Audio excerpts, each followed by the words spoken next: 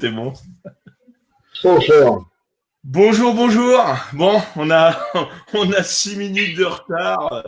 Bonjour à tous. J'ai eu un petit problème de coupure de courant à 17h59. Donc, c'était pas mal. Donc là, on est parti pour un petit live aujourd'hui sur Spirit. Donc, en compagnie de Jérémy, fabricant RibWest. Donc, j'espère que le live va vous plaire en son intégralité, si on peut dire. Donc, il va y avoir tout ce qui est explication vraiment de technique, sans vraiment rentrer bien dans les détails, mais Jérémy va, va vous expliquer au mieux la fabrication donc d'un SR et puis le montage aussi. Donc, Jérémy, présente-toi. Enfin, si tu as envie. Oui, bien sûr. Salut à tous. Je m'appelle Jérémy Champenois. Voilà, donc je fabrique des semi-rigides depuis 5 ans à peu près. Donc j'ai fait pas mal de mécanique. Avant, j'étais mécanicien. En fait, j'ai commencé mécanicien dans le hors-bord pendant des années. J'ai été à mon compte, ça fait 15 ans que je suis à mon compte dans ce domaine. Et puis, l'envie de passer un peu sur la fabrication du semi-rigide était important pour moi dans le sens où on est pas mal de potes chasseurs et qu'on a toujours envie de bateaux avec des configurations un peu spécifiques pour la chasse, entre autres. Ouais. Donc voilà, ça fait 4-5 ans qu'on fait ça. D'accord. Et au niveau situation, tu es situé où? Donc nous, on est dans le golfe du Morbihan, en fait. On est à la sortie du golfe du Morbihan, on est à Baden exactement. Baden, c'est pas très loin d'Aragon, du Benoge, pour ceux qui connaissent. Là, on est dans le 56. Donc, on a une petite fabrication artisanale de semi-rigides. Voilà, je vais vous expliquer un petit peu la fabrication, les étapes, en fait, une à une de la fabrication de ces bateaux qu'on perfectionne, bien sûr, et que on adapte pour les gens qui ont un souhait d'un bateau un peu sur mesure. Voilà. Ouais, c'est ce que j'allais te demander. Du coup, c'est vraiment du sur-mesure que tu fais. Ouais, on fait en fait des bateaux. En fait, au lieu d'avoir un bateau et d'adapter le bateau, je suis parti de la problématique inverse de dire je prends un cahier des charges du client et on fabrique le bateau avec le cahier des charges. Alors, en fait, la première réalisation que j'ai eue, en fait, c'est parce que je travaillais en étroite collaboration avec les écuries de course à voile. En ce moment, on est bien dans le vif du sujet, c'est-à-dire j'avais en fait un véhicule pour réparer les bateaux. Je me déplaçais avec un gros véhicule Mercedes avec un atelier mécanique dedans. Et en fait, un besoin des écuries donc de voile m'ont sollicité en me disant Jérémy, il nous faut des bateaux pour pousser des trimarans dans des courants un peu forts, dans la Trinité entre autres. Donc c'était le premier que j'ai fabriqué, c'était pour Spirit Racing, qui a un énorme trimaran, l'ancien banque populaire. Et donc on a fait un bateau complètement atypique parce que il voulait un bateau très court, très puissant, avec un nez un peu de remorqueur pour pouvoir pousser les trimarans. Donc c'était mon premier cahier des charges qui était bien compliqué d'ailleurs parce que pousser un trimaran, un gros trimaran de 23 tonnes avec du SNU, voilà, c'était assez fun. D'accord. Donc après, on a commencé par ça et après on est parti dans l'hypothèse de proposer en fait donc à tous les plaisanciers et professionnels, hein, on fait aussi du professionnel, de pouvoir fabriquer en fait un bateau un peu personnalisable à souhait. Après, c'est le budget freine, parce que c'est le budget qui ralentit un peu les projets des uns et des autres. Et du coup, on a développé donc voilà une modularité dans la fabrication qui est intéressante parce que le sur-mesure aujourd'hui, voilà, ça a tout son intérêt. Hein. Chacun pêche, chasse, enfin voilà, chacun a vraiment un programme différent, utilise les bateaux différemment en fonction des poissons, des distances, de tout ce qu'on peut imaginer. Et c'est vrai que c'est assez sympa de pouvoir faire son propre bateau et se dire voilà, je vais cogiter comme ci, comme ça. Et ouais, c'est vrai que c'est classe. Après, comme tu disais tout à l'heure, ouais, c'est Tout dépend après du budget qu'on peut avoir pour monter ce genre de bateau. Bonjour à tout le monde. Ouais, certains me disent que le son est pas terrible. Ouais, écarte un petit peu le micro de toi. C'est vrai que ça résonne un peu. Mais merci les gars des messages, c'est gentil. Et, et donc du coup au niveau vraiment montage, on va partir de vraiment dans le sujet. L'idée de la coque, de la forme de la coque, tu l'as eu? Bon, en fait, l'idée, c'est que moi, j'étais un peu passionné des semi-rigides anglais. Les semi-rigides anglais, pourquoi? Parce qu'en fait, ils ont des carènes très enlevées, très prononcées. Et c'est vrai que ben, quand tu vas faire un peu des milles et autres, tu as envie d'avoir une carène qui passe bien, hein, comme tout le monde. Donc en Ouais. fait, la carène typée anglaise me passionne depuis des années. Et en fait, c'est vrai que dans les bateaux français, Zodiac, machin, Bombard, bon, c'est bien, mais quand on a commencé un peu à goûter sur des carènes anglaises, ben, c'est vrai qu'on s'aperçoit qu'en fait, on a un passage en mer qui est vraiment, vraiment au-dessus de la moyenne. Et donc, en fait, moi, j'ai eu la chance de trouver, en fait, deux passionnés de carène anglaise qui faisaient ça voilà, de façon très, très, très artisanale, parce qu'ils en faisaient deux, trois, voilà, donc on voit la carène. Et donc, ces deux personnes-là, en fait, étaient à faire ça un peu dans leur garage, si je puis dire, enfin, voilà, de façon très, très, très, très, c'était de l'auto-certification, donc des bateaux construits en toute petite, ils en faisaient deux, trois, voilà. Et puis, au bout d'un moment, en fait, je me suis rendu compte que, ben, c'est moi qui vendais quasiment la majorité de leurs bateaux.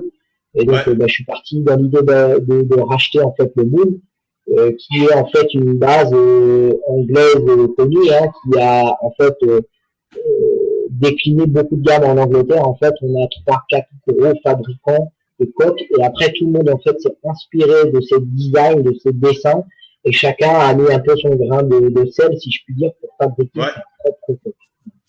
Donc là, Bon, on voit on est écouté d'Espagne le aussi, Lanzarote. Bonjour Lanzarote. Excuse-moi, je te coupe dessus. Du coup, les photos là on va vous présenter pas mal de photos donc vraiment de la fabrication de la coque. J'ai coupé Jérémy sur l'explication parce qu'il faut pas trop rentrer dans les détails, Jérémy.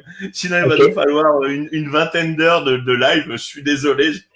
Donc, du coup, on va rentrer dans le vif du sujet. Donc, là, c'est la première partie. Ouais. Donc là, on a en fait le moule qui est recouvert de cire.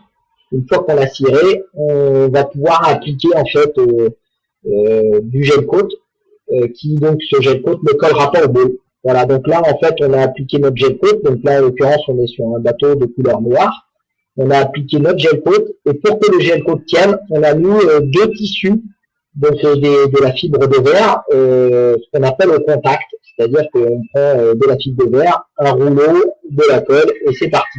Et du coup on va fixer en fait la couleur noire au fond de notre moule.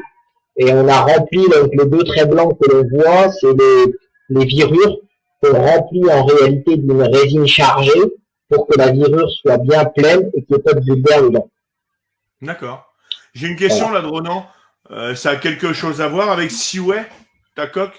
Ouais, tout à fait, exactement. On était en fait dans le même profil de carène que Seaway. En fait, les passionnés dont je te parlais étaient eux, en fait sur l'époque Seaway, qui en fait est un historique de Riftec, qui est donc une des trois marques dont je te parlais anglaises, qui a aidé Rebuy, qui a aidé Scorpion. Voilà, beaucoup de fabricants anglais se sont inspirés de cette coque. Riftec, voilà, Riftec, c'est vraiment un vieux bateau anglais, mais qui se fait plus du tout, c'est fini, ça n'existe plus. Donc nous, en fait, on a pris l'idée, c'était de fabriquer donc, du bateau un peu différemment des autres, donc on fabrique sous la forme de l'infusion. Donc comme se font toutes les palmes en carbone aujourd'hui, l'infusion, les palmes en carbone, c'est de l'infusion époxy. Nous, on est sur de l'infusion polyester. Donc on a plusieurs types en fait de colle pour fabriquer les bateaux. 90% des bateaux sont fabriqués aujourd'hui en polyester. Voilà, du polyester, c'est une colle qui coûte moins cher que l'époxy. En fait. Nous, on est en polyester, mais par contre, on est en infusion. Donc l'infusion, on va le voir, c'est sous vide. Et en fait, bah, voilà, donc on a notre infusion qui est faite. Là. Et en fait, dans la photo d'avant, on voyait du liège, parce que nous, on met en fait du liège à l'intérieur de nos tissus. Voilà, on met des tissus, du liège, et par-dessus, là, on n'a pas fini le drapage, mais on remet encore des tissus, et on fait ce qu'on appelle un sandwich. Voilà, tout le monde a dû entendre le sandwich. Donc là, entre l'étape qu'on a vue avant et l'étape qu'on a vue après, je ne vais pas tout développer, mais en fait, on a en fait, pour permettre entre ces deux étapes, une grosse partie technique qui permet en fait de répartir la résine et d'avoir une résine qui est bien répartie partout, ce qui évite des bulles d'air. Et en fait, le fait de mettre sous vide va diminuer grandement les quantités de résine. Comme en palme. C'est-à-dire que si tu as une palme qui a une épaisseur trop importante, la palme va pas être hyper bonne, hyper réactive, trop lourde, etc. Ben là, c'est exactement pareil en fait, mais on va le faire à grande échelle. Donc le fait de le mettre sous vide, c'est le même principe que mettre la combinaison de ski avec, tu sais, le sac transparent, tu prends l'aspirateur et tu aspires. Et donc là, on voit la phase d'aspiration. Donc on aspire en fait notre coque, on la met en dépression complète, hein, vraiment très très fortement. Et on va en fait à l'intérieur, on voit des bâches vertes, etc. Alors il y a différentes couleurs, drainer en fait la résine. Donc cette résine va migrer partout dans nos tissus. Et une fois qu'elle a migré, on va avoir en fait une coque qui va permettre d'être très homogène avec peu de résine, parce que la résine est là juste pour relever les tissus. Voilà. Et donc là, après, on va passer à la partie ossature, squelette en fait. Donc là, on voit une partie du squelette qu'on commence à composer. Une fois qu'on a fait notre coque, on va... Et ça, le squelette, tu peux le... C'est une question qui revient souvent. Le squelette, tu peux le modifier, par exemple, pour faire des coffres, pour des arbalètes? Ouais, tout à fait. En fait, le squelette, tu peux le modifier. Ce qu'il faut, en fait, c'est qu'on ait, donc là, on a les deux longis, donc c'est-à-dire la dorsale de la coque. Et après, tu peux modifier, en fait, en fonction de ta fabrication, de la largeur de ta coque et de ce que tu veux faire, tu peux modifier ce squelette. Donc là, par exemple, on voit sur le squelette, on a donc les deux gros tuyaux de part et d'autre, qui permettent en fait le passage en fait de câbles électriques, de fils de son, de fils de moteur, etc. On a donc la partie arrière là que l'on voit, ça c'est un vivier. On avait préparé en fait un vivier sous le pont. Voilà pour les pêcheurs, quand il fait chaud, tu mets ton poisson sous le pont, ça évite que le poisson soit en plein cagnard. Donc c'est plutôt pas mal. Tu peux même donc le remplir, mettre des bulles, enfin voilà. Donc là on continue, on est sur un autre squelette, donc avec on voit bien donc dans la partie tout autour là voilà que tu délimites ici là, ça c'est les deux gros panneaux de liège, hein, on les voit de part et d'autre. Et en fait au milieu on a le tissu qui se recouvre. En fait c'est deux roulés d'1,50 m, donc tu déroules à droite, tu déroules à gauche. Et puis une fois que tu as déroulé, tu as donc ton liège qui est complètement enfermé dans le tissu, et tu as donc le squelette que l'on vient mettre, donc qui prend beaucoup de temps, hein, parce que tout ce squelette, toutes les pièces là qu'on voit, il faut en fait à chaque fois les stratifier à la main, ça prend beaucoup de temps. J'allais te demander, tout est stratifié. Tout est stratifié, donc en fait avant de stratifier, on fait ce qu'on appelle un congé, donc le joint vert que tu vois en premier lieu là sur le triangle. Tu vois, tu as un premier triangle, là, à droite et à gauche, tu as deux trucs verts, là. Voilà, ça, en fait, si tu veux, tu peux pas stratifier à angle droit. L'angle droit dans un bateau, il faut surtout pas, sinon ça casse. Donc, en réalité, on fait en sorte d'avoir des arrondis partout. Donc, tu peux, en fait, donc là, on a du sandwich, donc une plaque, en fait, de liège, avec de la résine de chaque côté, et on vient faire le joint vert qui permet d'avoir un arc de cercle rond. Voilà, donc là, la même chose. On a donc du coup. On voit bien que c'est rond, ouais. Voilà, on voit bien, c'est tous les raccords de résine autour. Exactement. D'accord. Et l'importance de l'emplacement du réservoir, parce qu'il y en a beaucoup qui parlent de bricoler leur bateau pour pouvoir mettre le réservoir plus devant et tout. Il y a vraiment un impact sur la nave. Oui, très important. En fait, nous, on a donc un logiciel qui permet aujourd'hui de calculer en fait le centre d'équilibre du bateau. Chaque bateau est différent, chaque coque est différente. Il y a des coques qui sont plus ou moins sensibles, des coques qui sont plus ou moins insensibles, entre guillemets. Tu as certains, à 3 à bord ou à 2 à bord, que tu mets du poids devant, derrière, ça change rien. Nous, on est sur un bateau assez sensible. On a besoin de jouer et de réguler en fait la position du réservoir. Donc, on déplace le réservoir en fonction du poids qui est à bord, c'est-à-dire que si, je sais pas, je dis une connerie, tu mets toutes les ceintures de plomb à l'arrière avec le poste de pilotage et tout à l'arrière, on aura peut-être tendance à avancer un peu le réservoir. Pareil, si le poids du moteur est trop lourd, on va jouer aussi sur cet équilibre. Voilà. Donc c'est assez important. Le réservoir est quelque chose de capital sur ces bateaux. C'est vraiment important. Là, on voit un tableau arrière. Alors, en fait, j'ai mis cette photo parce que ça, c'est un retour Ok. Ça, c'est un retour d'expérience. Retour d'expérience, en fait, quand on boulonne les moteurs sur le tableau arrière, on s'aperçoit en fait qu'il y a souvent des efforts qui sont importants sur les vis de fixation du moteur. Et en réalité, on a de l'eau qui peut migrer parce qu'on a deux notes, l'étanchéité, silicone, polyuréthane et je ne sais quoi. On a toujours de l'eau en fait qui peut passer par ces quatre boulons parce qu'il y a quand même des sacrés efforts, surtout quand tu as quatre chasseurs un peu énervés, la gâchette là, qui sont taqués à bourriner sur les bateaux. On a de l'eau qui rentre en fait par les boulons moteurs. Donc là, on a fait des carottages au niveau des boulons. Et on a retiré en fait l'intérieur et on a rempli de résine. Donc quand on boulonne le moteur, on est boulonné directement dans de la résine. Et dans du coup, voilà, on est vraiment hyper costaud. D'accord. Ça, c'est la partie fabrication du pont. Donc là, vous voyez, on fait une infusion sous vide. Donc, on fait, en fait, on met des tissus, du liège, des tissus, et après, on met des tissus drainants, un tas de périphériques. Et c'est pour ça que ça coûte plus cher. On voit la pompe à vide, en fait. Vous voyez, juste en dessous, là, le truc bleu, là, ça, c'est une pompe qui, en fait, va créer, donc, cette dépression. Et on a un espèce de cocotte minute, hein. C'est comme ça que beaucoup de fabricants fonctionnent, qui permettent de jouer un peu le tampon, le poumon, tu vois, le condensateur, si je puis dire. Ouais, donc, okay. Donc du coup, il est stratifié des deux côtés. Ouais, exactement. En fait, on a de la résine dessous, et au milieu, nous, on a une arme en liège de 2 cm.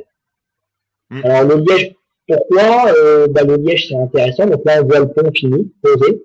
Le liège est très intéressant parce que on a en fait moins de bruit, et le bruit, quand on pêche, c'est important. Donc, quand la coque cogne dans la mer, ça insonorise énormément. Ouais. C'est intéressant parce que c'est complètement imputrescible, hein. C'est pour ça qu'on les prend en pinard, le liège ne pourrit pas. Donc si tu veux faire des trous sur ton bateau, sur le pont, pour mettre une glacière ou je ne sais quoi, ça ne pourrira pas parce que c'est du liège. Et puis c'est le côté aussi insubmersible du liège qui est intéressant. Contrairement au bois qui finit par pourrir. C'est pour ça qu'on est parti sur cette option de liège.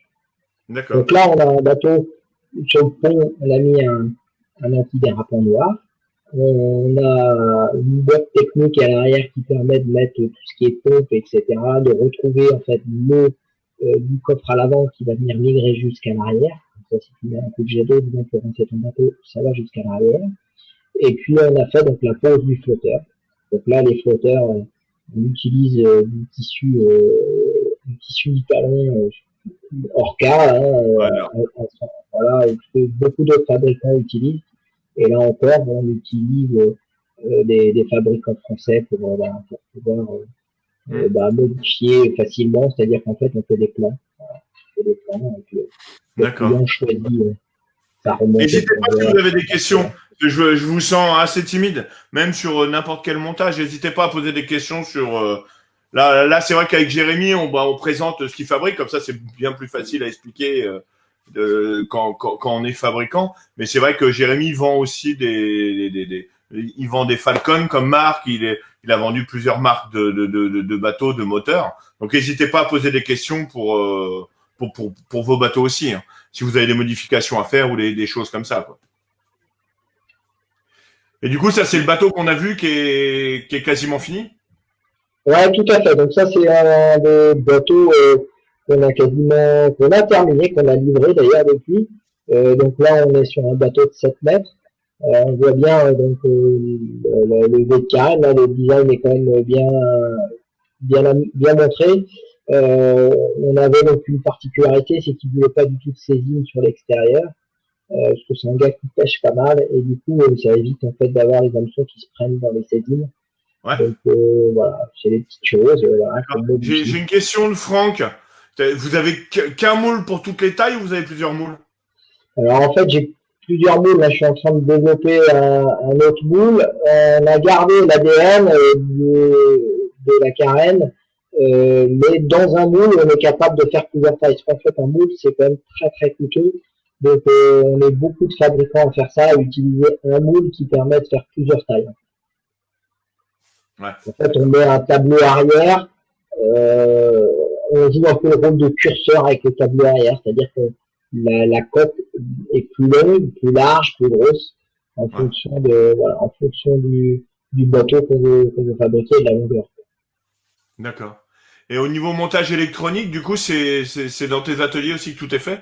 Ouais, tout à fait. En fait, on fait également donc la fabrication des consoles, et une fois qu'on les a fabriquées, on les installe, on les équipe. Donc là, on retrouve une console bien complète, avec pas mal de câblage. C'est vrai que ça prend beaucoup de temps. Il faut bien imaginer que sur la fabrication d'une coque, on a juste pour la coque en fibre de verre, on est pas loin de, je dirais, il me semble de mémoire qu'on doit être autour de 250 heures, rien que pour la partie fibre de verre. Après, il y a encore le réservoir, le flotteur, la console. C'est un bateau, ça représente quand même beaucoup d'heures de montage. En fait. Ouais. Il y a Anthony là qui pose la même question que beaucoup t'ont posé. Tu fais des tailles en dessous de 6 mètres, non? Alors en fait, comme je l'expliquais,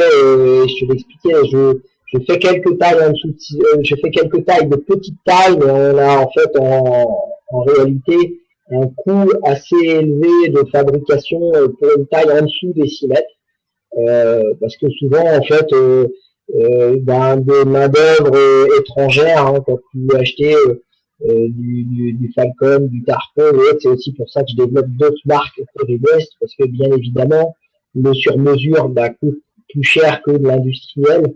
Quand tu achètes des bateaux faits à la chaîne dans des main d'œuvre pas chères, on n'arrive pas trop à être compétitif. Je suis honnête, en dessous de 6 mètres, c'est compliqué pour nous, parce que d'une, on fait que du flotteur Italon, et ça c'est quand même très très cher. Entre un flotteur PVC et un flotteur Italon, on est quasiment du simple au double.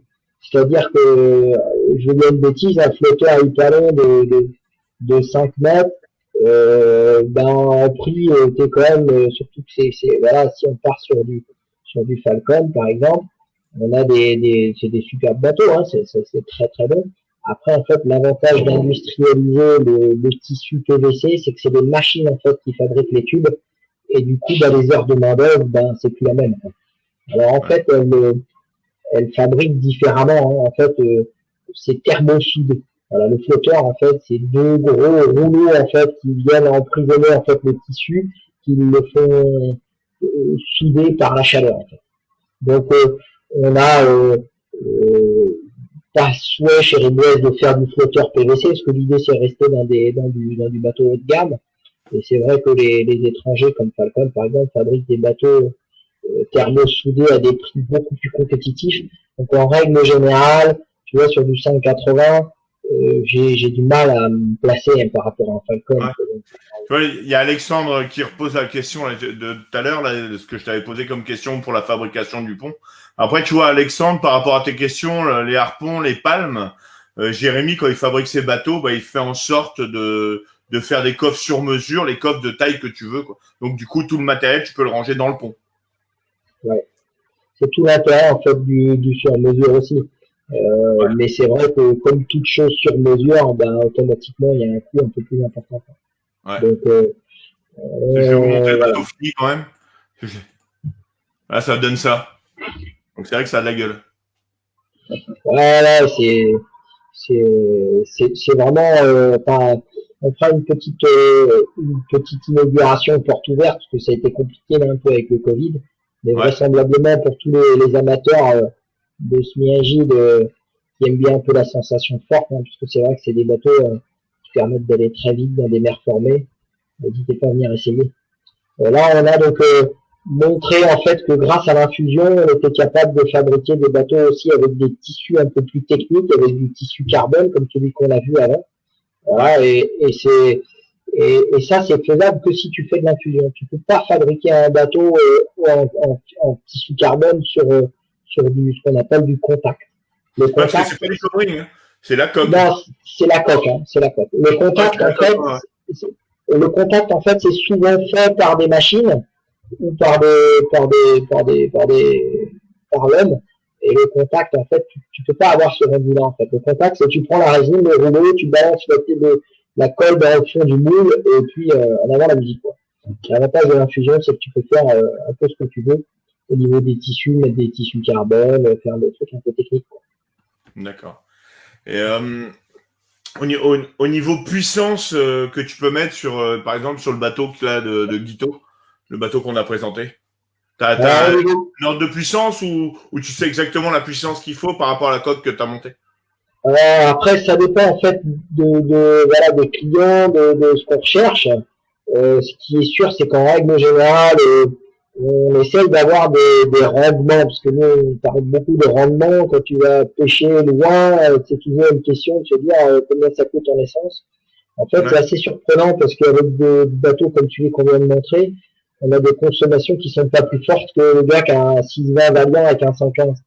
Pourquoi? Parce qu'en réalité, c'est pas parce que tu as un V6 de 250 chevaux que ta sortie te coûte plus cher. Parce qu'en réalité, tu le sollicites moins. C'est-à-dire que si tu es avec ton Valiant et ton 115, tu vas être à 4500 tours, vers 5000 tours pour être à 30 nœuds. Bah là, en réalité, tu vas être à 3005, en gros, quoi. Tu vas être 1000 tours moins haut, quoi. Et du coup, ton moteur aura tendance à moins consommer. Donc, l'idée, c'est surtout d'avoir un rapport poids-puissance. Parce que c'est important quand on achète un bateau, ça. C'est pour ça aussi que je te pose la question, quoi. Ouais, c'est très important parce que le rapport poids-puissance, en fait, c'est un peu le nerf de la guerre. Souvent, les mecs ils disent ouais, mais les Yamaha ils consomment moins, ou ouais, Suzuki ils consomment moins, ils sont top et tout. En réalité, c'est pas forcément que le moteur. Il y a aussi le poids que tu mets dedans. Et c'est vrai que chez les Boss, ça a été un peu notre politique de dire bah quand tu sors, t'as pas envie de te faire des sorties où tu fous 150 balles d'essence à chaque fois, toi. Donc dans l'idée, tu essaies de trouver des fabrications robustes et légères. Et puis, si vraiment tu as du mauvais temps et que tu as besoin d'avoir un bateau qui est moins volage, tu l'alourdis. C'est plus facile d'alourdir que d'alléger. Et j'ai une question de Ronan, là. L'intérêt de l'infusion, c'est de réduire le poids, non? C'est pour quelle raison? Ouais, l'intérêt de l'infusion, en fait, c'est surtout que tu as une meilleure répartition de la résine. En fait, la résine, elle est là vraiment pour relier des tissus. Et en fait, relier des tissus, tu peux le faire de différentes manières. Mais le fait de le faire sous vide, le fait qu'il n'y ait vraiment plus du tout d'air et qu'au moment où en fait on libère la résine pour rentrer en fait dans les tissus, on n'a plus de bulle d'air, donc ça c'est quand même top. Et le gros intérêt, c'est que si tu veux, bah, cette résine, en réalité, elle va relier tes tissus, mais avec juste ce qu'il faut. C'est-à-dire que tu n'en mets pas plus. Parce que sinon, tu as tendance à en mettre plus. Tu vois, j'ai des constructeurs anglais que je ne citerai pas, mais qui ont des épaisseurs de coque de folie et des poids de coque de folie. Nous, aujourd'hui, l'idée de l'infusion, comme sur la palme carbone, si tu veux, aujourd'hui, c'est presque si je te comparais une palme plastique avec une palme en carbone. Ben, aujourd'hui, moi, entre l'infusion et la coque au contact, c'est à peu près pareil. D'accord. Et du coup, ça joue sur la robustesse aussi de la coque? Ça joue bien sûr sur la robustesse de la coque. Aujourd'hui, on s'aperçoit que bah, tu vois bien, les navigateurs hein, sur le Vendée Globe, ils sont tous avec des bateaux fabriqués en infusion. Ils sont tous très légers et ils sont tous très robustes. Alors, dans la mesure où c'est des Formule 1 des mers, donc eux, ils tirent dessus à l'extrême. Donc, de temps en temps, ça casse. Mais nous, si tu veux, on prend des coefficients de sécurité où on peut se permettre d'alourdir un peu, dans le sens où on est déjà 25% plus léger que nos petits confrères, on n'a pas trop de problèmes de ce côté-là. D'accord, ok. Voilà. Et sinon, au niveau de... On va parler aussi des montages que tu peux faire. Là, tu m'as fait, moi, un montage perso, donc je vais vous remontrer, avec la console que j'ai choisie, le bolster que j'ai choisi, l'emplacement des éléments, par rapport aux coques, pas les Falcon que tu vends, tu sais comment les placer? Il y a une raison parce que tu sais, moi, je la voulais hyper devant, et toi, tu m'as dit, faut mieux la décaler, faut mieux la mettre à tel endroit. Mais il y a vraiment une importance sur l'emplacement? Oui, c'est une importance, en fait, ça joue sur la traînée, en fait. Parce qu'il faut pas oublier que le bateau, quand tu navigues, tu as énormément de surface au contact de l'eau. Et plus tu as de surface au contact de l'eau, plus tu pousses de l'eau et plus ton bateau est énergivore. Donc en réalité, aujourd'hui, si tous les monocoques qui font le Vendée Globe sont en foil, c'est pour limiter ça, quoi. Donc tu n'as plus de contact de l'eau sur les foils et du coup ton bateau est très performant. Là c'est un peu pareil. Alors on va gagner d'une en performance parce que ton bateau du coup sera moins collé à l'eau. Si tu mets ton poste de pilotage trop à l'avant, il va enfoncer le nez dans l'eau et du coup tu vas pousser de l'eau et la vague d'étrave va casser et tu vas avoir un bateau qui bouge, ou qui est pas bien équilibré, ou qui consomme, ou qui a du mal à déjauger. Voilà, c'est assez important le placement et l'équilibre d'un bateau. D'accord. C'est vraiment pas quelque chose à prendre à la légère. Nous, alors chez Ribwest, on le fait avec un logiciel. Sur les Falcon, on a un petit peu moins de marge de manœuvre, donc c'est plus un retour d'expérience. C'est de te dire, fais pas ci, fais pas ça. Après, tu fais ce que tu veux, c'est ton bateau, mais dans la mesure où on a déjà essayé des configurations faites par des clients différentes, on est capable de te dire, ça, c'est peut-être pas l'idéal si tu veux avoir un bateau qui fonctionne bien. D'accord. Et au niveau insubmersibilité, parce que on sait qu'il y a des marques qui le font, pourquoi toi tu les as pas fait insubmersibles par exemple? Tu as mis du liège dedans pour l'insubmersibilité, mais ils sont pas insubmersibles en catégorie. Alors en fait, insubmersible, c'est quelque chose qui est plus reconnu. J'en ai longuement discuté parce qu'en fait moi là-bas je suis pas architecte, je suis plutôt dans la technique que dans l'architecture, et donc j'avais longuement discuté et en fait l'archi m'a expliqué en réalité que c'était plus quelque chose de reconnu. Insubmersible, ça n'existe plus. Tout le monde dit insubmersible, mais en fait ça n'existe plus. Alors déjà on appelle ça maintenant, ils appellent ça incoulable. Mais incoulable ne veut pas dire en réalité forcément que tu n'as plus le droit au radeau. En fait, autrefois, c'était le cas. Donc, les plans, entre autres, étaient à fond sur ce côté insubmersible, tu n'as pas de radeau. Oui et non, oui, c'est vrai que dans l'absolu, il y a eu une certaine époque ou des années où ils arrivaient à sortir des bateaux insubmersibles qui permettaient de ne pas avoir de radeau. Mais en fait, aujourd'hui, on s'est aperçu que c'était un peu une hérésie dans le sens où si ton bateau il prend feu, par exemple, parce qu'il faut pas oublier qu'on met quand même des gros réservoirs sur des bateaux à moteur et que le risque de feu, ça peut arriver. Je l'ai déjà vu chez une marque concurrente. Le radeau, c'est bien. Le côté insubmersible pose quand même des problématiques parce que en réalité, c'est souvent des bateaux remplis de mousse et on a beau mettre des mousses à cellules fermées et autres, ça se remplit d'eau. Donc, où ça retient l'eau. Donc, les bateaux peuvent s'alourdir. Moi, je l'ai vu chez Boston Whaler, pour pas les nommer, des bateaux insubmersibles, des bateaux qui vendent du neuf, parce que j'ai commencé là-bas il y a 25 ans de ça, qui étaient à un poids très léger, et puis tu t'aperçois que 10 ans après, ton Boston, il a pris 30% de poids en plus, quoi. Pourquoi? Parce que cette mousse, elle retient l'eau, quoi. Donc, le côté insubmersible n'est plus reconnu, ça c'est sûr. Maintenant, c'est incoulable. Maintenant, ce qui est sûr, c'est que t'as pas, je dirais, de normes qui te dit le fait d'être insubmersible, t'as pas besoin de radeau. C'était le cas autrefois. Aujourd'hui, ça ne l'est plus. D'accord. Ah. Il y a des questions. Ouais. T'avais plus de micro du tout là. J'avais plus de micro. Ah non, on n'a pas entendu la fin. C'est pas grave. Merde. Mais tu vois, ça a recommencé à grésiller. Bon, c'est un peu dur, mais bon, c'est pas grave. On comprend le principal, c'est le but. Et donc, du coup, après, en termes de tarifs pour, par exemple, le montage sans l'électronique pour le bateau de Guito, là, celui que tu as présenté. Alors, en fait, en réalité, pour se donner une idée de tarif, parce que chaque bateau est différent, bien évidemment, je dirais que un 620 avec une remorque, un moteur adapté, une config relativement standard, on va être autour des 45-50 000 avec un peu d'électronique, c'est à peu près le budget. Après, pour être sur un 650, on va pas avoir un écart de prix énorme, parce qu'en réalité, 620, 650, il y a 30 cm, ça joue un petit peu, mais je dirais qu'on va être à 3-4 000 euros près dans les mêmes ordres de prix.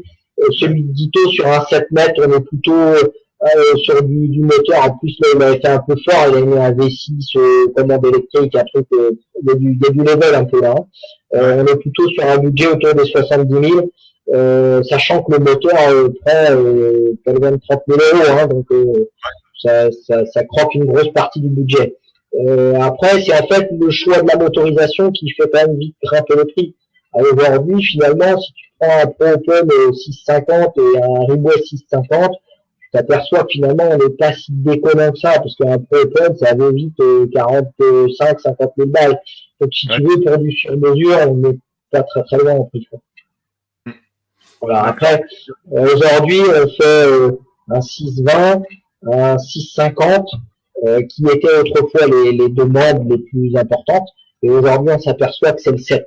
Le 7 mètres, comme celui de Guito, là, c'est des bateaux qui sont gabarits routiers, qui passent sur des simples essieux, qui passent sur des voitures standards. Hein, monsieur a une Scénic ou une voiture lambda, t'as pas besoin d'un 4x4 pour le tirer, parce qu'en fait, l'avantage d'un bateau comme celui de Guito, pour se donner une idée, donc il a un bateau de 7 mètres avec un V6, Yamaha, on est sur un bateau d'une tonne, sans essence. Donc montée, bateau, moteur, remorque, électronique, batterie, tout ce que tu veux, tu as une tonne. Donc c'est pas très lourd. C'est pas très lourd. Et plus on monte en taille, plus il y a des écarts de poids importants. On a après un 750. Aujourd'hui, on est les seuls fabricants, par exemple, à fabriquer un 750 capable d'être sur une remorque sans pression.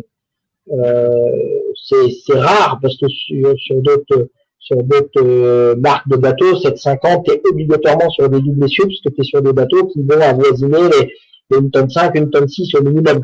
C'est aussi qu'il soit bien plus léger.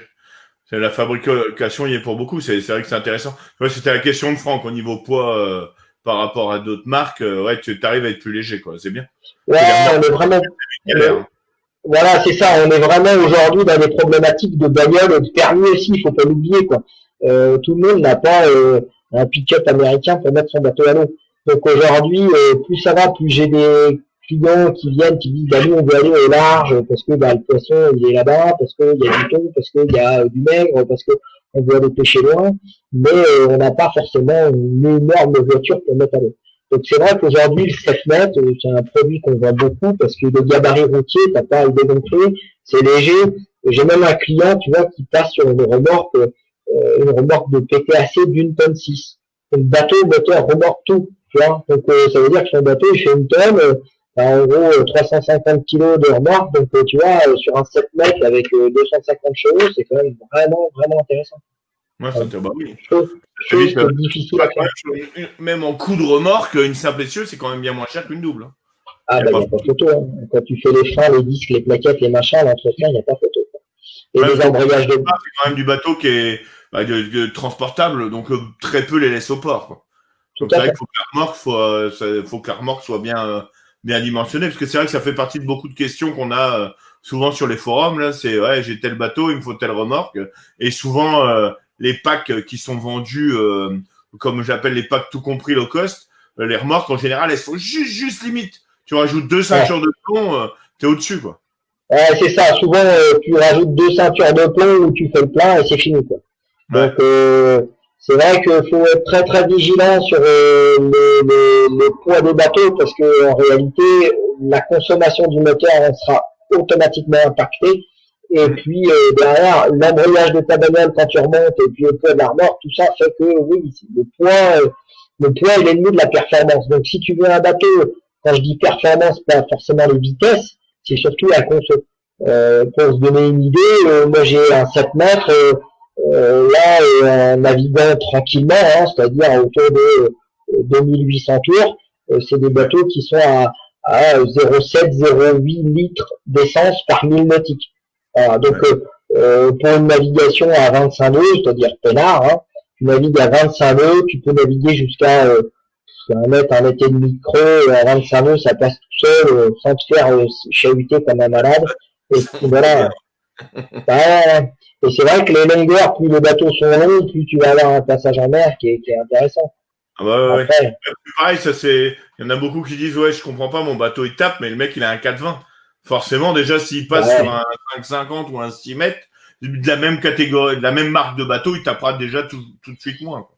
Tout à fait. En fait, chez nous, on s'aperçoit que la houle en Bretagne, c'est souvent des périodicités autour de 5 mètres, et on s'aperçoit qu'en dessous de 5 mètres, c'est compliqué, quoi. Après, t'as différentes formes de coques, hein. On a des coques avec des vœux constants, des vœux évolutifs, voilà, du vœu profond. Il y a toute une vraie recherche sur savoir quelle est la carène qui te convient le mieux. Maintenant, ce qui est sûr, c'est que par expérience, on s'aperçoit que voilà, les endroits où on chasse souvent, t'as toujours un peu de clapot, où tu pars, il fait beau, mais tu reviens, le vent s'est levé et tout de suite c'est moins agréable, quoi. Donc, la forme, la géométrie de la coque, c'est important aussi. Ouais, c'est intéressant de savoir ça. Quand tu vas acheter un semi-rigide, c'est limite primordial d'avoir ce genre d'informations. Ouais, et puis le marché du semi-rigide aujourd'hui, il est énorme, hein. Il faut savoir que 70% des immatriculations aujourd'hui, c'est du semi-rigide, parce que c'est très polyvalent. Et c'est vrai qu'en semi-rigide, il y a vraiment toutes les marques, hein. Il y a plus de 100 marques de semi-rigide. C'est un truc de fou. Pour faire le choix, c'est pas évident. C'est vrai qu'en Bretagne, on essaie souvent le choix, c'est le passage en mer. Mais c'est vrai qu'après, tu privilégies le passage en mer par rapport à l'esthétique du bateau. Il y a ça aussi. Ouais, et au-delà du passage en mer, c'est même d'avoir un bateau bien réglé. Et c'est vrai que ça, c'est encore une deuxième étape compliquée. C'est-à-dire que tu peux acheter un bateau hyper réputé. Si tu le configures mal ou si tu l'équilibres mal, tu vas avoir un bateau qui naviguera pas forcément bien. Donc, l'équilibre, le choix des hélices, le choix de mettre le moteur plus ou moins haut sur le tableau arrière est très important. Mais le bateau, c'est pas un produit fini, en fait. Contrairement à une voiture, voilà, le faut tout faire. Même quand c'est industriel, tu vois, il y a beaucoup de choses qui sont faites à la main. Ouais, parce que tu parlais des hélices, rien que le coup des hélices, je vois là, réussir à trouver le bon compromis quand tu connais pas trop l'aménagement du bateau, que c'est nouveau, c'est vrai que c'est pas évident. Non, c'est très délicat, c'est vraiment quelque chose de compliqué. Moi, je m'appuie avec un technicien là qui calcule en fait le coefficient de glissement sur les pales d'hélice. Alors, quand tu dis ça, tu dis qu'est-ce qu'il m'a dit là? En gros, si tu veux, tu vas chercher un rendement pour que ton moteur, parce que le rendement du moteur est pas vraiment très bon, hein. Le hors-bord, pousser de l'eau, c'est compliqué, hein. Donc on a en gros allez, 25% de rendement, ce qui est quand même pas terrible, quoi. On a des consommations par rapport à une voiture. Tu prends 100 chevaux sur ton bateau, tu fais une journée, tu t'aperçois que tu consommerais 10 fois plus que sur ta voiture. Pourquoi? Parce qu'en fait, sur le hors-bord, on n'a pas de boîte de vitesse et qu'en plus, on a beaucoup de traînées. On pousse de l'eau, quoi. On pousse de l'eau. Donc, le choix de la carène, du réglage, du montage de l'hélice, c'est très important. Et puis, derrière, il y a aussi le choix du SAV. C'est-à-dire que tu as certaines marques qui en SAV suivent pas du tout, hein. J'en ai vu pas mal de clients venir chez moi et me dire bah voilà, j'ai ça, et le bateau il a été fait vite fait, ou c'était un vendredi soir, ou tu sais pas faire, et voilà. J'ai une question de Fabrice. Il me pose la question les avantages et les inconvénients d'une alu par rapport à une coque alu pour un semi-rigide par rapport à une coque en fibre. Alors, l'avantage en fait de l'alu, c'est que t'as pas besoin de moule pour fabriquer une coque. Tu prends des tôles, un bon soudeur, et c'est parti. Donc, du coup, tu fais un peu ce que tu veux facilement, et du coup, tu diminues les coûts. Parce que tu peux bien imaginer qu'un moule pour faire des coques comme la mienne, là, je suis en train d'en faire un, ça oscille entre 50 et 100 000 euros le moule. Donc, 50 et 100 000 euros, tu te doutes bien que tu peux pas faire une taille par moule. C'est pour ça qu'on en fait aussi plusieurs, parce que ça coûte tellement cher qu'un moule, c'est compliqué de l'amortir sur une taille. Ouais. Après, l'alu, le gros souci de l'aluminium, c'est la corrosion, parce qu'en fait, l'aluminium se corrode énormément, et on a souvent donc des fabricants qui mettent des peintures, qui font des choses pour éviter que l'alu se corrode. Le souci, c'est quand tu as des pêcheurs où tu balances ton plomb ou je ne sais quoi, ou que l'alu, en fait, la peinture saute, ça va vite en fait s'écailler et l'alu peut vite se corroder. Le mécano qui oublie une clé de vis au fond de ton bateau, ça peut vite faire un trou. Donc l'alu est intéressant parce que c'est pas cher, parce que c'est robuste, mais par contre pour réparer c'est très compliqué. Parce que si tu tapes un caillou avec ta coque alu, pour faire repeindre là où c'était peint par thermolacage, souvent c'est thermolaqué, hein, les fabricants thermolaquent les coques, pour éviter qu'en fait l'aluminium soit corrodé. Voilà. Donc c'est intéressant dans le sens où ça coûte pas cher à la fabrication. C'est intéressant dans le sens où c'est vrai que c'est assez robuste parce que du coup on dit tu peux bitcher sur le sable machin, voilà, ça craint rien. Après le souci c'est souvent en fait, moi je l'ai vu, quand tu montes des bateaux en alu, tu es obligé d'isoler toutes tes vis parce que dès que tu mets une vis en inox avec un bateau en alu, ça crée un champ électrique. Comme vous l'avez remarqué, les fusils, tu as un fusil en alu, tu as une flèche en inox, si tu laisses ta flèche en inox dans le fût en alu, au niveau du guide flèche, ça pourrit. Voilà. Ouais. Donc c'est exactement la même chose sur les bateaux en alu. Donc c'est intéressant, oui, parce que ça coûte moins cher, parce que t'as pas de boule, parce que ça va vite à faire, parce que tu peux faire de nouveaux modèles ou des modifs. Donc tu as des accessoires comme là, par exemple, il y a Guillaume qui me dit la bande de ragage en alu sur la fibre. Faut mieux mettre en plastique ou en inox? En fait, il faut faire attention à la glisse, parce qu'on l'oublie souvent, il ne faut pas créer de bulle d'air. Parce que si tu crées une bulle d'air, la bulle d'air va aller en fait jusqu'au bâton hélice, et que ça va, si tu veux, créer ce qu'on appelle de la cavitation. Ça va créer, alors, il y a cavitation et ventilation. C'est très technique, hein, je ne vais pas rentrer dans les détails, mais dans l'idée, attention à la bande en alu, parce que oui, ça protège, mais attention à ce qu'elle soit bien flush, pour pas que ça crée des bulles d'air, parce que les bulles d'air peuvent engendrer des problématiques derrière assez importantes. Donc, la bande en caoutchouc est préférable. Moi, j'ai tendance à dire, comme dans le matos de chasse, tout ce qui est plastique caoutchouc, ça vieillit mieux que tout ce qui est acier, quel qu'il soit, si tu veux. Quel qu'il soit, ouais, d'accord. Ouais, faut mettre du plastique. Je préfère, ça peut se décoller, mais au moins, le plastique, il est fatigué, tu le vires, tu en remets un autre, c'est fini. La bande en alu, ça peut aussi créer si tu veux, quand tu mélanges deux métaux, ça va te créer, si tu as une bande en inox ou un talon en inox, en fait, sans le vouloir, tu vas bouffer tes anodes beaucoup plus vite. D'accord. Ouais, tu vois, je savais pas ça. Ah ouais. Ouais, mais tu vois, moi, j'aurais été plus tendance à faire comme Guillaume, tu vois, de mettre une bande en ragage en ferraille plutôt qu'une bande en plastique. Ouais, après, la bande en ferraille, tu vois, j'en ai vu plusieurs, chez Santor et autres, il y avait des problèmes, des petits tournaient un peu dans les virages, les bateaux, ils cavitaient, quoi. Pourquoi? Parce que la bande, en fait, elle va créer des bulles d'air, et du coup, ton hélice, au lieu de s'appuyer sur une eau saine, elle va s'appuyer sur de la bulle d'air. Ouais, sur l'eau avec de l'air, ouais. D'accord. Exactement, du coup, ton bateau, il déclenche, quoi. Voilà. Ouais. Il dit, au moins tu peux bitcher sur les cales, il n'y a pas de problème, Guillaume. Ouais, tu peux bitcher sur les cales. Après, on met de la bande caoutchouc, qu'il garde, qu'il shield, j'en passe. Voilà, il y a plein de produits qui existent, des bandes, voilà, de protection qui fonctionnent bien, et voilà. Le principe, c'est de protéger et d'amortir. En fait, l'inox va moins bien accepter la coupe, si tu veux. Si tu tapes sur une cale, par exemple, certes, ton inox est plus costaud, mais par contre, le problème, c'est que ça peut aussi, si le mec c'est un peu violent, le choc va se répercuter aussi sur la structure de ton bateau. Tu vois ce que je veux dire? C'est comme un crash test. Les bagnoles, elles sont faites pour encaisser un choc et se déformer et se défoncer complètement. Si c'est trop costaud, en réalité, c'est la structure du bateau qui va prendre dans sa tronche. Et tu vois, ça peut décoller à l'intérieur de l'aminé, de la résine, la fibre, etc. Donc oui, ça protège. Mais en réalité, vu qu'elle est très costaud, c'est le bateau aussi derrière qui va, tu vois, et la structure en fibre de verre qui peut travailler. D'accord. Donc, attention à ça, quoi.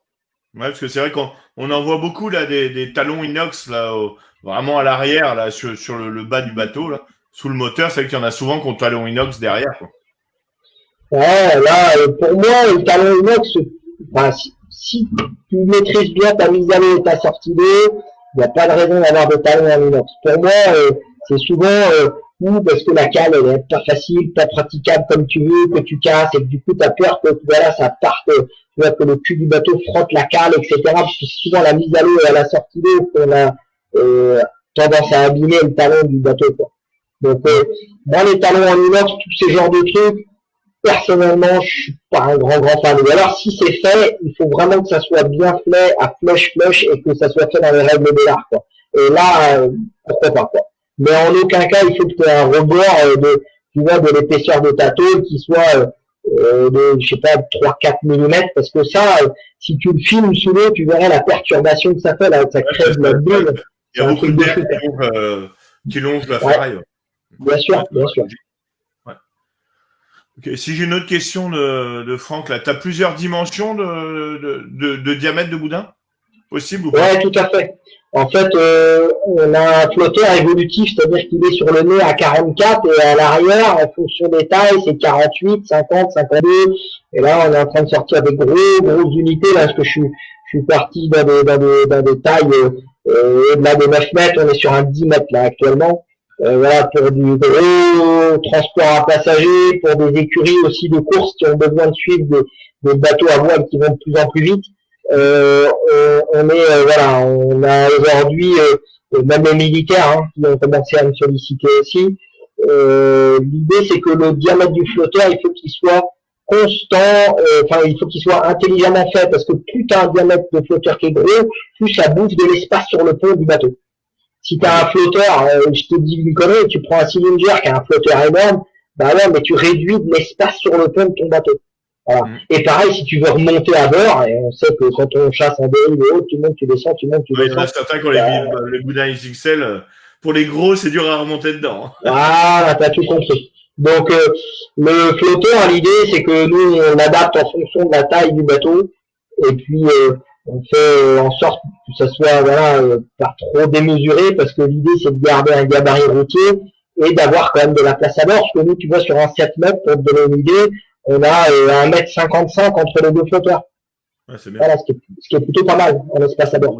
L'idée est en fait d'avoir, c'est d'avoir de l'espace à bord, parce qu'on n'en a jamais assez avec les palmes, les fusils, ça prend de la place et t'as besoin de place. Quoi. Voilà, donc si tu mets des gros flotteurs, c'est un peu embêtant, ça bouffe de l'espace. Quoi. Ouais, ça bouffe de l'espace.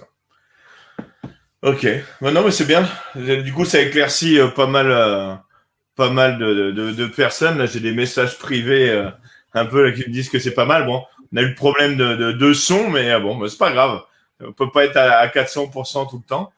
Et du coup, là, n'hésitez pas là, à poser encore des questions en off là pour tous ceux qui verront le live en rediff. Et au niveau fabrication, je pense que on pouvait pas faire mieux. Merci. Hein. Là, c'est top. C'est gentil. Puis après, écoutez, au plaisir de vous faire essayer les produits, parce que, comme je dis souvent, c'est bien beau de dire que le produit est le meilleur. Non, l'idée, c'est vraiment, si vous avez le souhait, je ferai un petit post, je pense, de toute façon, si on arrive à sortir un peu de cette histoire de Covid et qu'on puisse faire un rassemblement. C'était prévu, mais bon, ça a capoté avec tous ces confinements. Mais l'idée, c'est de pouvoir vous faire essayer les bateaux, on en mettra à dispo, on fera justement des démonstrations pour voir un peu comment le bateau se comporte en DMI à vitesse élevée, etc. Et du coup, on fera une porte ouverte, je pense, sur Baden pour tous ceux qui souhaitent. Voilà, on va faire quelque chose, sachant que dans un futur proche, on va dire, je pense que le réseau RibWest va agrandir aussi un peu son champ d'horizon, parce que j'ai du mal à livrer des bateaux dans toute la France, et que de temps en temps, j'aimerais bien avoir des revendeurs un peu plus proches de mes clients. Donc voilà, c'est dans un futur, on fera sûrement des points de vente RibWest pour ceux qui veulent essayer et qui sont faire tout à côté. Parce que se partir Baden dans la journée à l'heure, ça peut faire un peu de route. Il y a Pierre Cocheville qui dit: est-ce vrai que Beyoncé et Jay-Z viennent de commander un RibWest? Ils viendront à notre porte ouverte, ça va faire venir du monde. Et j'ai Alexandre Martin qui pose la question: pour les montages Falcon, c'est exclusivement Falcon ou tu peux faire à ta sauce à la demande du client? Tu peux. Moi j'ai fait à ma sauce. Ouais, non, mais moi j'aime bien le Falcon, parce que justement c'est un produit qui est à un prix, quand même, soyons clairs, plus abordable que les RibWest, parce que c'est vrai que tout le monde n'a pas forcément 50 ou 70 000 € à mettre dans un semi-rigide. Moi aujourd'hui j'ai la chance de le faire parce que c'est mon job, mais si demain j'étais, je pense, utilisateur lambda avec des moyens plus modestes, le Falcon est une super alternative, parce que c'est un bateau qui a un peu l'ADN du RibWest avec des prix beaucoup plus abordables, et on peut modifier à sa sauce. On l'a fait avec Vincent, c'est top. On peut mettre une console très très protectrice, on peut voilà, mettre du bolster ou du siège suspendu, on peut faire ce qu'on veut, quoi. C'est un peu le même état d'esprit, sachant que voilà, on a une qualité de fabrication qui est plutôt bonne, le bateau passe bien. Enfin, Vincent peut en témoigner, c'est lui qui en navigue le plus dessus. Voilà, on a un produit qui va bien. Après, il y a beaucoup de choses dans le monde du submersible, mais quand on veut adapter un peu à la chasse et autres, ouais, c'est vrai que Tarpon, Falcon, enfin voilà, ce genre de bateau, c'est plutôt pas mal, quoi. Après, Tarpon, c'est vraiment très baroud, c'est la finition est vraiment taillée un peu à la serpe. Le Falcon, on est sur quelque chose d'un peu plus haut de gamme, une finition un peu meilleure, on a un pont moulé qui est vraiment chouette, on a des viviers, on a des, voilà, c'est plutôt pas mal, on a des bateaux auto-videurs, c'est un bon produit aussi. J'ai une question de Pierre là. Intérêt du lift hydraulique sur un Falcon 700 avec un 150 Honda? Alors en fait, le lift, on est en train, surtout chez les Bois, de décliner une gamme aussi un petit peu sport, parce qu'on a de plus en plus de gens qui ont envie d'aller vite, très vite et loin. L'idée en fait du lift, c'est de réduire en fait le frottement. Encore une fois, plus on va permettre au bateau de diminuer le frottement du bateau sur l'eau, plus on va obtenir des vitesses élevées. Donc là aussi, mais là c'est vraiment dans une utilisation plutôt sportive où on va utiliser voilà des moyens pour réduire le frottement et le lift en fait partie. Les Américains sur les bateaux en sont fans. Voilà, ils mettent beaucoup de lift pour pouvoir vraiment réduire considérablement le frottement de la coque et d'avoir vraiment une surface mouillée très minime pour aller très vite, quoi. D'accord. Et une petite dernière question. Tu seras présent au salon de Nantes s'il est fait d'ailleurs, parce que bon, il y a toujours le problème du Covid. Oui, on sera présent avec le bateau peut-être bien Vito que vous avez vu tout à l'heure, ou d'autres, mais oui, dans l'idée, on sera présent voilà, si les événements nous le permettent, bien évidemment. Et ce sera avec plaisir, je vous accueillerai là-bas pour vous montrer un peu les produits et discuter ensemble autour d'une bière. Hein. Ce sera avec grand plaisir. Ok. Bon, en tout cas, je te remercie d'être venu papoter un peu semi-rigide, c'est cool. Bon, on était moins nombreux que d'habitude, mais je me doutais bien parce que bon, toutes les personnes qui sont à la palme, sortie chasse pure, le bateau, ils en ont un peu rien à foutre. Mais bon, on a eu pas mal de questions intéressantes. N'hésitez pas à revenir poser des questions à Jérémy, même le passer chez lui, ça serait agréable. Je suis content de voir du monde quand on aura le droit. Sans problème. Voilà. Et du coup, tu restes avec moi, Jérémy. On va faire un petit peu papoter en off. On vous remercie tous d'avoir été présents. C'est cool. On va faire un petit programme différent les autres dimanches. Je vais vous le laisser le découvrir au fur et à mesure des publications sur ma page. N'hésitez pas à vous inscrire sur la page pour avoir les notifications. Je vous fais une bise. J'essaierai. Vous avez vu, j'ai remis un beau fond derrière, comme les joueurs de foot. Je remercie mon graphiste d'ailleurs, hein, que j'aime beaucoup. Enfin, je vous fais une bise à tous. Et puis au plaisir. Et puis ouais, désolé pour la qualité du son. Internet, c'était pas terrible aujourd'hui, mais on se rattrapera. Je vous fais une bise à tous. Salut. À bientôt.